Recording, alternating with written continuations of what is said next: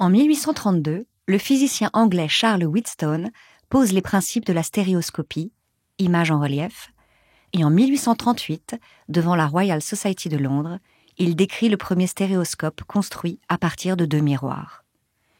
Mais c'est avec l'annonce officielle de la découverte de la photographie, en août 1839, que cette invention va trouver sa voie. Il ne reste rien des premiers essais de Wheatstone réalisés en collaboration avec Talbot, mais l'on sait qu'un autre physicien écossais, Sir David Brewster, modifie le procédé en remplaçant les miroirs par des lentilles et en juxtaposant les images sur un même support. En 1850, Brewster présente à Paris son invention à l'ingénieur Jean-Baptiste Soleil, fabricant d'instruments d'optique, et à son gendre l'opticien Jules Dubosc. Tous deux devinent immédiatement la portée commerciale de l'invention et fabriquent la même année les premiers stéréoscopes et vues stéréoscopiques. Pour obtenir une image en relief, il faut réaliser 2 photographies qui présentent un point de vue légèrement différent l'un de l'autre. À cette époque, l'appareil photographique était déplacé latéralement pour obtenir les 2 vues. Le sujet ne devait pas bouger entre les 2 prises de vue. C'est pourquoi les premières vues, souvent faites en studio, montrent statuettes ou bustes de personnalités. Alexis Gaudin, qui rachète le journal La Lumière en 1851, consacre plusieurs articles à ce nouveau procédé. Avec son frère Charles, ils vont diffuser et faire connaître les images stéréoscopiques dans leurs magasins parisiens.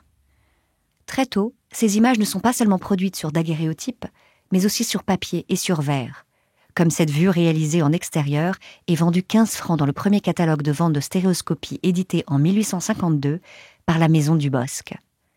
Avec la 2e exposition universelle qui se tient à Paris en 1855, la stéréoscopie s'impose véritablement. Les sujets se multiplient. Portraits, nus artistiques ou érotiques, vues extérieures, images utilisées à des fins commerciales. Elles divertissent dans les salons parisiens, les lieux populaires, ou circulent clandestinement. De 1856 à 1867, c'est l'âge d'or de la stéréoscopie. Des milliers d'images envahissent les salons parisiens, et preuve du succès de ce procédé, des photographes peu scrupuleux réalisent des contrefaçons à bas prix en refotographiant et diffusant les tirages des concurrents. Chaque fabricant rivalise d'inventivité. Le marché de ces images est florissant.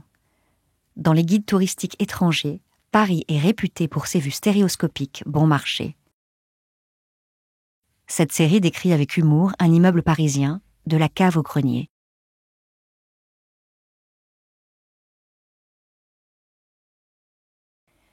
La stéréoscopie, par son petit format, permet des prises de vue instantanées et donc plus animées. Ce pari très vivant ne se retrouve pas dans le reste de la production photographique de l'époque. L'exposition de 1867 marque à la fois l'apogée des vues stéréoscopiques sur papier et les limites d'une industrie qui, après la guerre de 1870, va connaître un déclin certain.